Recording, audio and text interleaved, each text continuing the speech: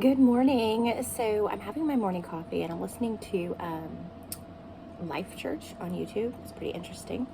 And I got to thinking, a thought came to my head today. It's been coming in my head lately, right? And I think I'm having some of my faith in higher power being tested, or I'm trying to get my heart, or someone's trying to get my heart back into gratitude mode, right? I noticed a few weeks ago that I was feeling envy, and I've never felt envy in my well, maybe I felt envy when I was younger, but I haven't felt envy in my adult life, in my entrepreneurial life, ever, for sure. And I've never felt envy towards other couples as an adult here or anything. It's like I always thought everybody's life was so beautiful and that they're living the way they want to live and that they're beautiful little human beings, right? But I started feeling envious, and it makes sense to me because I'm on this spiritual journey that I'd be being attacked by these sort of feelings, okay?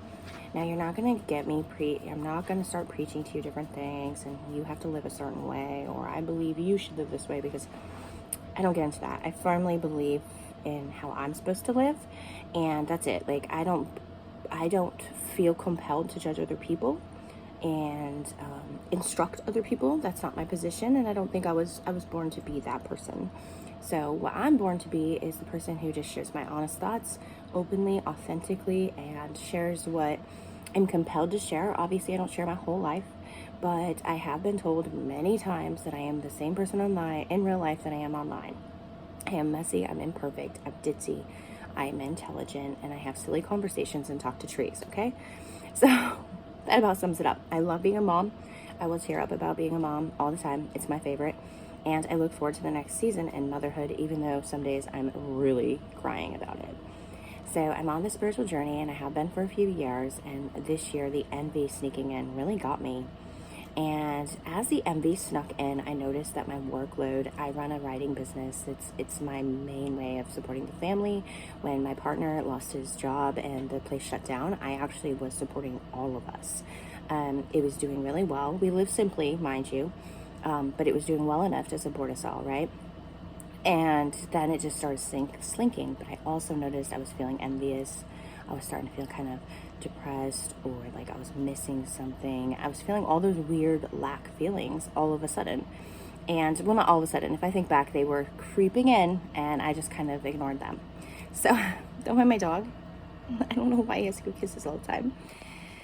So as those feelings of envy and sadness and questioning things, and not questioning things in a curious way, just being almost just jealous that I didn't have what I wanted to have, and being annoyed that I didn't have the workload that I used to have, and like, how dare I not have all the work I had before? How dare I not be making what I made? Like in 2022, I hit 6 figures.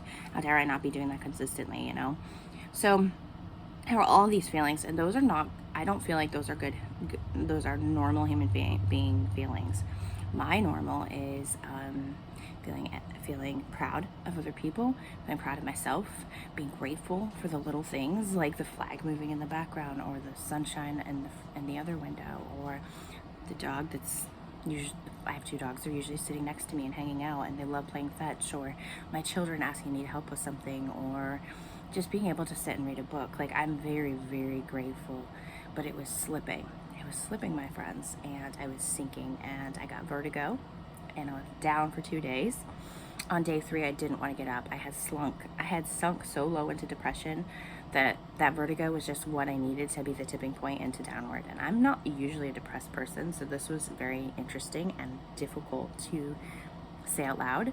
Like, wow, I'm feeling really sad and I'm concerned. So thankfully, I have a really supportive group of people around me, my family, and people online I can privately talk to, and I have mentors I can go to. So on day 3, after having vertigo for 2 days and having all of those feelings I just shared accumulate into that point, I said, you know what, you're better than this. Get up, you're stronger than this, you can do better. So you know what, you may not be making much of any money that accounts for much, but you know what, you are making some, and you're doing other things that money has no value on.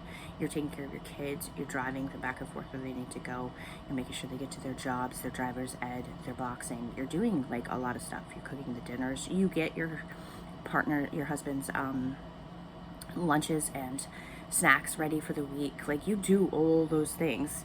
No, you don't get paid for them, but they are very rewarding and they are very appreciated.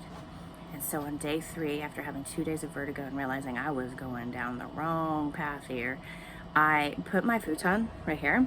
We sleep on a futon in the living room because we only have a 2-bedroom place, so the boys each have a bedroom-ish. The second bedroom's not really a bedroom, but it's a bedroom space, and then there's a bedroom. So we sleep on this futon. We pull it out at night for bed. And there's a chase over there too that I got for free, and sometimes I'll sleep on that with the dog. But the point being is that to get out of vertigo on day 3, while I still had vertigo, to get out of that depression slink, I said, you know what, you're not laying down the day we're in. You don't have to move around. You don't have to do a ton of like dizzy stuff that makes you want to puke or whatever. But I put the futon into a sitting position, and that's all I did that day, is I forced myself to sit, because I was not going to let depression sink in. I was not going to let all of this envy and this bitterness and this why me and self-pity about not making the amount of money I was making before take the person I'm meant to be down. I'm meant to be here. I'm meant to be with my family. And maybe my earning as a writer is supposed to look differently.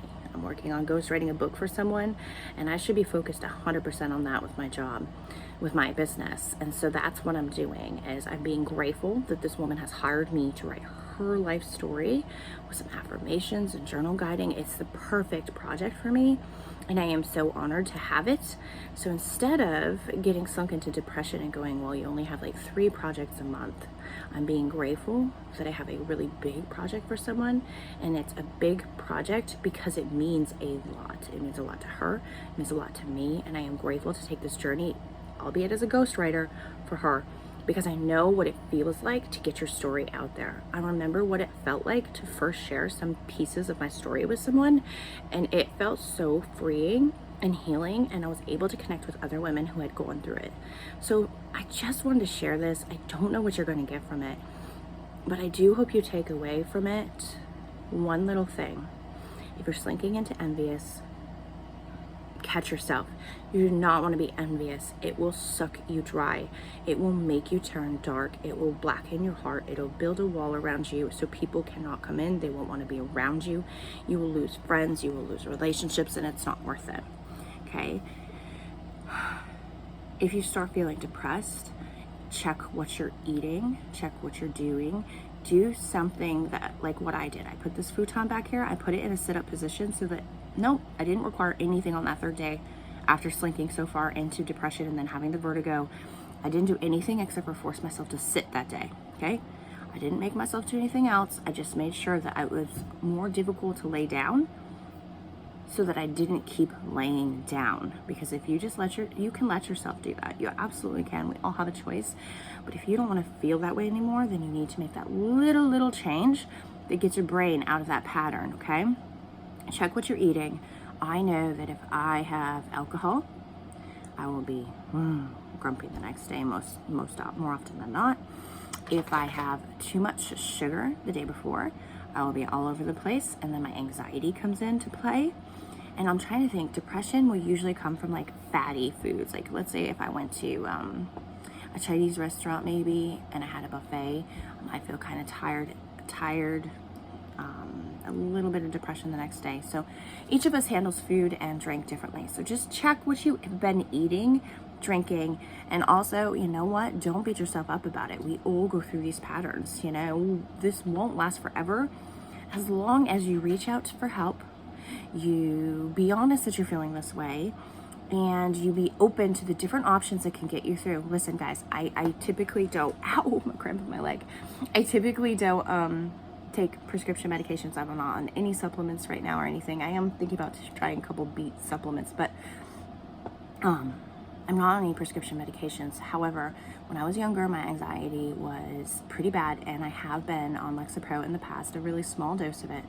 Whenever times were really stressful, I got on it to kind of get the anxiety down so then I could get my life together and get back off it. So I think I've been on Lexapro like 3 times in my life. So as much as I don't push medication, I do know that sometimes a small dose can help you. Now, my doctor originally, this was back when I was like in my 20s, they wanted to increase the Lexapro just because that's what they do. They give you this small dose and then they up you and up you and up you. Okay, No. Mm-mm. So I just trusted my doctor back then, and I guess I didn't trust my doctor back then. Well, I trusted him. So, for example, when I first got on Lexapro way back in the day for anxiety, because I thought that was your solution back then, is you just pop a medicine, right? That's it. I've come to now realize there's all the other things that I mentioned before I'm getting into this tangent.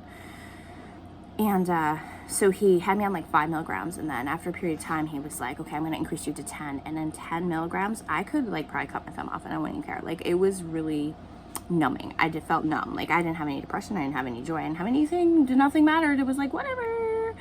That's dangerous. And so I was self-aware enough in my 20s to go, listen, doc, I do not want to feel like nothing matters, because things should matter. I should be aware of things. So I stopped taking it at some point. I think actually I stopped taking completely. And I was working in an office and they're like, are you taking your medication? I said, oh no, I just stopped it. She's like, you're crazy. You're not supposed to just take it. Stop taking it. I turned crazy. So if you're on medication and want to wean yourself off, talk to your doctor about how to wean yourself off. And I hope you have a doctor who's like my doctor, where they'll listen to you and be like, I don't think it's a great idea, but here's how you would do it. And I'll help guide you that way. And, if it gets dangerous, then you're going to have to go back on it, right? I have a doctor who gives me a chance, and we have monitored different things, not with anxiety, but like with my blood pressure. My anxiety was just temporary. It's mostly in my head, and I know that, and it has to do with my food. It has to do with how I sleep. I have it a little bit under control, and I'm okay with that, where I'm at. So, and I'm always going to be a work in progress. I think all of you are going to be a work in progress. And maybe that's the other part of this, is that if you're feeling like all these different things and like, oh, I'm so alone and feeling envious or depressed or anxious, first off, you're not alone. Second off, a lot of us go through these seasons in life where we feel this way and where we struggle with different things, and we're not that far off from each other as society and media wants you to think. As the people that push down information, they want to think that we're all so different. We're really not. We are all humans, and we're all doing our best. And my job during my spiritual journey, I've learned, is to continue to show up in joy and love and happiness, and to not judge people, because I am not the final judger. I am not the person who's supposed to tell you how to live, but I can share how I've lived, and I can share the trials and tribulations I've been through to help you live a better life, hopefully, or get some tips that make sense for you. So if you're someone out there who has been struggling with envy or anything like that, let me know in the comments below. I gotta go. The dogs are okay, and have a beautiful day.